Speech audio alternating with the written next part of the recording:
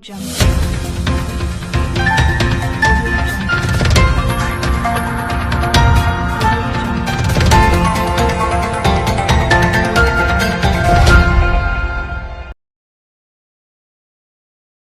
News കാലാവസ്ഥാ വാർത്തയിലേക്ക് സ്വാഗതം. സംസ്ഥാനത്ത് ഏപ്രിൽ മാസത്തിലും പൊതുവെ സാധാരണയിൽ കൂടുതൽ മഴ ലഭിക്കാൻ സാധ്യതയുള്ളതായി കേന്ദ്ര കാലാവസ്ഥാ നിരീക്ഷണ വിഭാഗം.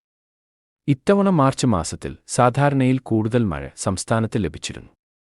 15% അധിക മഴയാണ് ഇത്തവണ മാർച്ചിൽ രേഖപ്പെടുത്തിയിരിക്കുന്നത്. രാജ്യത്ത് ഭൂരിഭാഗം പ്രദേശങ്ങളിലും ഇത്തവണ ഏപ്രിൽ മാസത്തിൽ സാധാരണയിൽ കൂടുതൽ മഴ ലഭിക്കുമെന്നാണ് കേന്ദ്ര കാലാവസ്ഥാ നിരീക്ഷണ വിഭാഗത്തിന്റെ പ്രവചനം.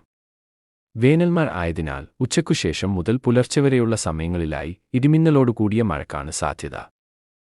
അതേസമയം സംസ്ഥാനത്ത് വീണ്ടും വേനൽമഴ ശക്തിപ്പെടാൻ സാധ്യതയുണ്ടെന്നാണ് കേന്ദ്ര കാലാവസ്ഥാ നിരീക്ഷണ വിഭാഗം അറിയിച്ചിരിക്കുന്നത്. നാളെയും മറ്റന്നാളും ചില ജില്ലകളിൽ കാലാവസ്ഥാ വിഭാഗം യെല്ലോ അലർട്ട് നൽകിയിട്ടുണ്ട്.